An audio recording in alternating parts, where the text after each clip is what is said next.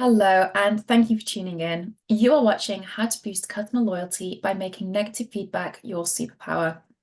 My name is Melanie Mingas, Editor-in-Chief here at CX Network, and I am delighted to be joined today by Scott Monroe, the Director of Product Marketing for SurveyMonkey. Over the course of this session, we are going to hear how you can translate customer insights into action that can delight your customers and reduce churn, even if those insights are negative. Scott is going to help us understand customer expectations, how to keep pace with changes, and which metrics you need to ensure you're getting a return on your VOC program. Before I hand over to Scott today, a little housekeeping for the audience. First of all, we have some resources for you. If you navigate to the resource box on this session, we have two reports from SurveyMonkey to share with you, including their State of CX Research, and you can download both of those direct from the window that you see on screen. If you're watching live today, you can interact with us through our polls and audience Q&A. We have two poll questions, which will appear on your screen very soon, and the results of those polls will flash up at the end of the session, so be sure to stay tuned. And if you have your own questions for Scott and you're watching live today, you can put those to him via the Q&A function you can see at the bottom of your screens. If we can't answer your question today, we will send a response in writing. So now, without further ado, Scott, it's over to you. Thank you, Melanie. As I bring up my slides here, appreciate the opportunity to be here with all of you today, wherever you may be throughout the world. Appreciate you taking time out of your day to talk about meeting the expectations of today's customers. And as Melanie mentioned, I'm Director of Product Marketing at SurveyMonkey and previously worked at companies like Adobe and 3M. I live in Salt Lake City, Utah, United States, with my wife and my daughter and our golden doodle. And one of my hobbies is sneaker collecting. I bring that up because I've been collecting sneakers since I was a kid. I remember the first pair that my parents got me was in third grade, and they looked essentially exactly like this. And they were they were a year old essentially. So back then, Air Jordans could sit on shelves for a year, and my parents could buy them because they were cheaper. And so a year after these released, my parents bought them for me. I was still so excited. And that excitement has continued even as I've gotten older. And if you're familiar with the sneaker world, this is a screen that you may know. This basically tells you that you got them, you got these sneakers, and it's not like going into a regular online store and just picking them. Typically, it's on a Saturday morning, and it's at 8 o'clock my time, and these are very limited. And it's not like you can just go in and, again, just pick the ones that you want. They're in limited quantities, and you're competing against bots and this whole thing. And so I was lucky enough a few years ago to get these shoes that I love, this colorway, the whole thing. And I know it may be a little pathetic, but this is a very limited release, and I got exclusive access. So I got these earlier than the general public. And so I was so excited. I saw this screen and was thrilled to have these shoes as part of my collection. And unfortunately, what happened was they were supposed to ship within a couple of days, and then they didn't ship. And then 3 or 4 days passed, and I didn't get any notification. And so I reached out to customer support, and there was kind of a non-answer. It was like, well, we don't really know where these are. You might want to check with the carrier. I checked with the carrier. They didn't have an answer for me either. We went back and forth with different people in their customer service teams, and it was kind of this collective shrugging of shoulders, like we don't really know. But ultimately, what happened was I was out of these shoes, and I wasn't going to be able to get them, and I was a little bothered by that. So I reached out to Nike on social media, and I DM'd whoever that day was running their then Twitter, now X account.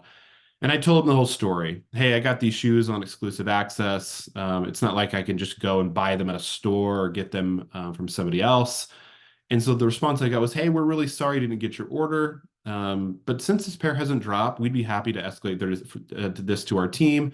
And if we're able to track down a replacement, do you want us to send you a replacement? I thought, well, of course I want a replacement on these shoes. I didn't think they'd be able to come through. Well, they did. They placed a new order for me. You can see there that I was so excited. You know, me saying, seriously, you're able to get another pair? And them saying, yep, we've got your back. So I responded with this, that somebody went above and beyond. And I was so grateful that after having two different customer service representatives and people and from different companies, in this case with the carrier, basically tell me there's nothing we can do. Here was this person who just happened to be on the Twitter account about 5 p.m. on a Friday, who was like, you know what, for whatever reason, I'm going to go above and beyond. And they didn't have to do that because this is just one random guy in the United States who wanted a pair of shoes. And, this is just something that didn't have to be done. And so they wanted me to send them a picture when they arrived, and you can see the picture there. They were as beautiful as I thought they would be. And so I was so excited. This was an example of somebody who was going above and beyond for a customer. And I was already a loyal Nike customer. What this turned me into was an advocate. And that social media manager probably has no idea. I'm sure has zero idea that I'm now, doing webinars and use this as an example of really incredible customer service. The reality is, though, that as customers, there's more and more situations like me where we're a little demanding. And I'll admit that I was a little demanding in this situation, but we're more demanding than we've ever been. And when I think about places where, and demanding doesn't have to be a negative term in this situation, but I think about places where I shop. And if I'm looking to buy new clothes, a new jacket, new pants, whatever it is, some of the stores that I use or that I buy from regularly, I like to use their app because I can see if the color I want is in stock, the size I want, and if it's in the store near my home, so that I don't have to drive out and go to a store that doesn't have my size. And so I love that I can check stock, and then I drive the 10 minutes and pick it up. My wife uses a grocery delivery service, and she loves it for a number of different reasons. One, that she doesn't have to go to the store, but two, that she can literally track where the driver is. Because if we're ordering milk or meat or produce, it'd be nice to know where it is so it doesn't sit on our either freezing cold porch in the winter or our blazing hot porch in the summer. And so we know when they're going to arrive. We can see exactly on the map where they are. And again, just another way that customers can be a little demanding. Another situation recently, I had to go to London. I got to go to London, actually. I was very excited about that. It was my first time. Went to London to speak at a conference and realized and late the night before, oh yeah, I don't have a voltage adapter. I've been using my US USB and USB-C and things like that. And so I needed the right adapter. And so what did I do? I went to Amazon and I found the right voltage adapter. And guess what? It was delivered at 5 a.m. the morning before I left. So as customers, we love the technology, and companies have made it more accessible for us to do things like this. And I love it. When we think about experiences as a whole, recently SurveyMonkey did its State of CX report for 2023 and had some really interesting stats that I'll share a few with you. 89% of CX pros say that customer experience is always or sometimes leading to contributor of churn. So customers are leaving because of poor customer experience. 91% of customers said that they're likely to recommend a product to friends or family after a positive experience. Just as much as we love to share negative experiences, we love to share the positive ones. They may not always be on a webinar, but we'd love to tell our friends and family about them. And when we think about how loyal we are to brands, generally speaking, we're pretty loyal, but only 5% of consumers said that they would never stop doing business with a company because of poor experiences. So if those poor experiences continue to mount, ultimately people are going to leave. So with us being demanding as customers, how do we keep up as the companies behind? We saw that example of Nike keeping up with a demanding customer like me. Whether you're in the B2C world or B2B, regardless of industry, you likely have demanding customers. So how do you keep up? I'm going to go through a couple of questions here. I think I've got 6 to ask yourself. The first one is a little more vague, I would say, but it's something that I think we can all think about in terms of that aspirational view that we have as companies. So the first one is, are your customer experiences creating advocates? And think about that holistically, regardless of the service you provide, the products that you build, whatever it might be. Are you creating the types of customer experiences that are creating advocates? Second, are your channels set up for your customers to engage with you? And I'm going to go through each of these in a little more detail, but think about the channels that you have, and are you really meeting customers where they are in the channels that they use? Are you proactively asking customers for feedback, or are you just reacting to the things that are negative? And so that's something that's really important as well. Finding the right ways to reach out to customers in a proactive way and really making them feel like they're important and that their feedback matters. Are you asking questions at the right times? We're going to get into this a little bit more. how you ask questions, where you ask questions are important, but when you ask these questions could be equally as important. Are you afraid of negative feedback? We all love to be told how great we are. We love those positive interactions. But are you afraid of the negative stuff? And we're going to talk about that as well. And then are you using the right metrics to measure success? So the first one, meeting customers where they are in the channels that they prefer. Our State of CX report surveyed customers and tried to get a better sense of the channels that they use. I remember reading a study recently after the pandemic first hit, and I was shocked at how few of these customers that responded, how few actually had an email channel. And it was very surprising. And so when we look at the channels that these customers prefer, there's a few things that are interesting to me. I use this example of social media, but only 14% said that that was a preferred channel of customer interaction. And that could be for a number of different reasons: slow response rates, unfamiliarity with the channels as a whole, whatever it may be. But you can see some of the bottom ones, websites and chats. It was a little surprising. And people still love human interaction. And I think that there's an element of being able to talk to people and feel like you're getting your problem resolved by a real human as opposed to a bot or something like that. And so a little surprising to see that phone calls and in person were as high as they were. But what I would say here is figure out what channels work for your customers. Make sure that you're monitoring them regularly, and figure out which ones are the most successful and where you're going to get the best outcomes, and then optimize those channels. The next one is, okay, we've got our channels figured out, which ones are the most used, which ones are optimized, but how do you use those to be proactive with feedback and not just reactive to issues? So what I would say here is that you can reach out proactively for feedback about purchases, recent experiences, or ideas for product enhancements. There's a lot of ways that you can reach out to customers without feeling like you're spamming them and making them feel like, you're emailing them every day. We all get that. We all don't like it. But if you do it in a way where you're approaching it from a quality and not quantity aspect, I think there's a lot of ways that you can maintain regular communication with your customers, be it through email newsletters, be really personalized with your offers. And with AI now, we're seeing a lot more ways that, especially B2C brands, are personalizing offers. I get those fairly regularly. Hey, Scott, we noticed you bought this. You may love this combination of things in your next purchase.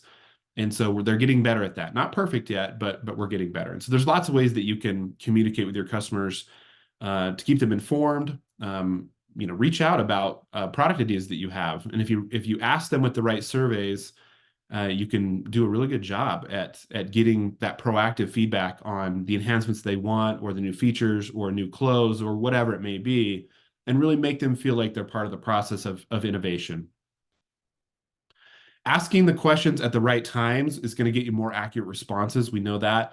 Being able to ask those questions at the right stage in the customer journey will help you reduce any kind of bias or issues that may come up. And so when you look at the top times that you should be asking those questions: after customer support or service interactions, after a purchase, when they first visit or interact with the website. Often we see those kind of pop-up surveys within a minute or so after you're on a website. How do you feel about our website design? Were you able to find the right thing that you were looking for today? Those are ways that you can include those surveys. Why did someone stop using a product or service? Abandoned cart is a big one. I know I get those a lot. Goes to show that I may put things in my cart a lot that I don't buy, which is probably a good thing. But that's a good time and place to ask people, we noticed that you left these things in your cart. Is there a reason why, or is there a way that we can help you find the right things next time? One story that comes to mind recently: we had to switch our home security system. The one that we were using reached its end of service, and that company was really great in providing us a new vendor and getting us a discount and all these things. Again, a great customer experience. But with this new security company, one thing that I noticed was I was trying to, because it was a self-serve kind of select your own cameras and sensors and things like that. And so I was actually on the site 4 or 5 times, kind of picking the right set of things that I needed. And then again, I would abandon the cart. I'd come back a couple days later. And one thing that I found as I was doing this is I hadn't actually made the purchase yet. And as I'm going through and building my cart, I would get this same pop-up survey every time. And it would say, how satisfied were you in buying the system today? My reaction was like, well, I'm not done yet. I haven't actually bought the system yet. So it's hard for me to give feedback on something that I haven't bought. And so we want to make sure that when we're asking questions like these on the right, make sure that you're doing it at the right time and that they're not sending these surveys at the wrong time in the journey, because you're going to get somebody that is going to X out of that survey and probably is going to give a little bit of maybe some negative feedback or something along those lines when I actually do take a survey. One thing when we think about negative feedback is how do we approach it? Do we embrace it? Do we get better from it? Do we shy away? Do we not share it with our executives or with our teams? One experience that comes to mind, one situation is Domino's Pizza. And this is from several years ago, but it's one that I still remember because I thought it was so interesting. In a world where most companies are really just focused on all the good things that they do, Domino's went the other way completely, went 180 and did this whole marketing campaign about the negative feedback that they had gotten. And so you see some of the actual screenshots from comments that they got from people. Worst excuse for pizza I ever had. Totally void of flavor, boring, artificial. It was I'm sure pretty rough for them to watch. And I remember watching one of the behind the scenes commercials on YouTube of this, and here's this product manager who they asked, "How do you feel about this?" And she's like, "This hurts a little bit." And so what was happening was that Domino's was getting a ton of negative feedback about the taste of their pizza. And in the United States, especially, there's so much competition for pizza chains like this. And so what they did was took that negative feedback and they used it as fuel to improve their pizza quality and taste. And they essentially revamped their entire pizza recipe and redid it from start to finish. But at the heart of all this was that negative feedback. And so you can see Patrick Doyle, their president and CEO, said this: you can either use negative comments to get you down, or you can use them to excite you and energize you the process. We did the latter. And so no matter what industry or world that you are in, think about the type of feedback that you get. When you get negative feedback, excuse me, what do you do with it? Again, do you embrace it? Do you get better from it? And in this case, Domino's used it to reinvent their pizza. Their sales growth went up 10% year over year. They had a 9% share of the pizza market in the US. They went to 15%. And they can attribute a lot of this back to this negative feedback that they had gotten. But what it did was created something that was much better what they previously had. So don't be afraid of negative feedback. Use it, get better from it, and then hopefully you have less of it as time goes on. Using the right metrics is really important. There are so many metrics, and I'm sure as a CX or a marketing or product professional, we often feel like we're swimming in metrics, and there's so many of them. There's so many dashboards that we have. So how do you pick the right things? What I would say here is pick a few of those, really get good at them, and identify areas for improvement, and then use those as ways to develop strategies to retain your customers. Some of those are NPS, Net Promoter Score. Essentially looking at transactional NPS. How would you rate your interaction from 1 to 10? Or this relational NPS, which is over the course of time. Again, in my case, how do I feel about Nike as a brand? How do you feel about X brand? And so NPS is one that's tried and true and continues to help us understand how our customers think and feel about our brand as a whole. Customer satisfaction score, customer effort score. How difficult is it to implement a product or to use that product? Customer lifetime value is another one. But there's these others like retention rate, churn rate. How quickly are we responding to support tickets, things like that? How quickly can we get them resolved? So just make sure that you're using the right metrics and measure those things that matter. And then ideally, you're integrating that with your CRM, and then you have this more holistic kind of 360 view of your customer data along with feedback data as well. And then the last thing I would say is, of all these things that we talked about today, use those things, empower your teams to go the extra mile for your customers. If you can create that culture and really instill in your teams to go the extra mile, whether you're in retail or hospitality or B2B software, wherever you are, there are ways that you can excite and delight your customers. And so I just encourage you to, as a leader, build that culture, really empower your teams to go the extra mile for customers. Because when you have advocates and not just promoters, it makes a world of a difference. And they may not get on a webinar and advocate for you. Nike is not paying me to do this. But when you have advocates, it's a huge difference for your customers. You'll see your revenues increase. your NPS goes up. All these metrics we talked about will go up. So create that culture, empower your teams to go the extra mile for your customers, because it'll make a huge difference. So thank you so much for your time. I'm going to kick back to Melanie, and we'll do some Q&A. Thank you, Scott. That was fascinating. I've got to say, I love the Domino's story. That was really engaging. It's so cool to see how brands actually get to the products that they have today, and the fact that the customer actually plays a part in that product development. I think the points you've highlighted there are really worth our audience taking on board. But you're right, we have lots of audience questions to get to. And I can see we've got a few people online today who are eager to know more about all of this. So a quick reminder for the audience, if you are watching live and you haven't yet sent a question for Scott, there is still time. If we don't come to your question today, we will respond in writing. So it's worth just popping in now. The first question that I'm going to pick from these, Scott, and put to you, I think is from a SurveyMonkey super fan, because this person knows loads about you. It reads, a SurveyMonkey works with a variety of clients across all industries from Adidas to GoPro. What do you think are the main differentiators between clients with a foundational CX program and a more advanced program, and what top tips might they share? Yeah, so we see a lot of different levels of maturity when it comes to CX programs, and I think sometimes it's seen as like, well, it's a negative kind of connotation that comes with, we've just got a foundational program. That's not a bad thing. If you're doing the basics right, then a foundational program, I think, can be really, really effective. And often what we find is that customers are trying to do too many things. And I think part of that is looking at the difference between foundational and advanced. And so I would say, look at the level of leadership commitment that your company has toward customer experience as a program. What kind of resources do you have allocated? Looking at the types of integrations that you have with other tools, because we know, I think the last study that I saw showed that the average company has generally about 100 different SaaS applications that we use. And so which of those are you integrating with, and how are you using them to get more comprehensive views of your data? I know that a lot of advanced CX programs are doing things like social listening. And so there can be this tendency to feel like, well, we don't do that, and so we're not providing a good enough customer experience for our customers. And I think the reality is just focus on the basics to get started. I mentioned some of those metrics like CSAT, NPS. Pick a few of those, get really, really good at those things, and monitor and optimize those metrics, and then move on to the next thing. Because if you're just trying to do 25 different elements or different programs, I think sometimes you can not get good at any of them, or not get great. I would say get great at a few things, then expand from there. Fantastic. Thanks, Scott. That's great advice. Just for the audience members as well who may be curious about the poll results, they are popping up on screen very soon.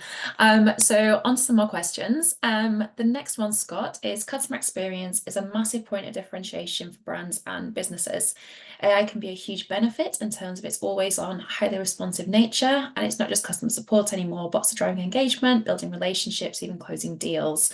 But as SurveyMonkey research shows, people just don't like it as much as they like humans. What's the solution? So going back to that slide that I showed, I was very surprised when we saw the results of how often people want to resolve a problem, or whatever it may be, as far as it goes with customer experience. They want to get on a phone, or they want to talk to somebody in person, whether, however that may work for them. And so it surprised me a little bit. I do think that there is a generational aspect to this. And I see this a little bit based on some other studies that we've done and some that I've read about, where it's not a surprise when you think about the span of ages that we have with our customers. You've got baby boomers all the way down to Gen Z and even Gen Alpha in some cases. And so I look at a situation like the slide that I showed earlier, and phone calls and in person being higher than interacting with a chatbot, or getting on a website, or contacting somebody through social media. And I know for a fact, like, my mom would never get on a chat bot, or contact somebody through social media. And I know on the flip side of that, the idea of one of my 21-year-old nieces or nephews calling somebody on the phone to resolve an issue is like something they don't want to do. And so I do think that there's a generational element. For millennials and Gen X, it's probably a blend of both, where we're probably comfortable doing a little bit of each there. And so I think the solution is, AI is here to stay. We're not going to see it go away. A lot of people love it. A lot of people don't want to interact with AI-driven chatbots. So I think going back to my point about meeting customers in the channels where they are, make sure that you've got several. I dealt with this recently, kind of this up and coming athleisure brand that I've been buying from. The only channel for customer support that they have is through Instagram. And I couldn't figure it out. It took me a minute. Like they didn't have email, didn't have a phone, not a place to interact on the website. So they really only had one channel. Like I could go and submit essentially a ticket through Instagram, and I don't think that's the best way to go. And on the flip side of that, I wouldn't say have 20 channels, because often too many is not a good way to be successful. But figure out what those most successful channels are that you have, and look at the metrics. How often are they being used? If there's demographic data that you could pull to figure out, is there a generational aspect? Because again, that's my theory, but I do think that there's something to that. So continue to use humans, continue to invest in AI, because our customers are going to be able to use both. And I think there's avenues for both of those types of channels to be successful. Fantastic. Thank you, Scott. Unfortunately, that is all we have time for today. To our audience, if you submitted a question that we didn't get to, we'll send you a response in writing. But just to recap, I guess the main takeout, Scott, is that the future of marketing is powered by intelligence, and that includes both human and artificial intelligence. I would totally agree. Yeah, that's a great way to summarize this. Excellent. Well, on behalf of SurveyMonkey and the CX Network team, huge thanks to the audience for watching today. If you're watching live and you want to revisit this session, you can access the on-demand recording through the website when you're ready. And if you're watching on demand, you can share this recording with your peers and network. I also want to extend a huge thanks to Scott for taking the time to dive into that data and provide those insights. Until next time, goodbye.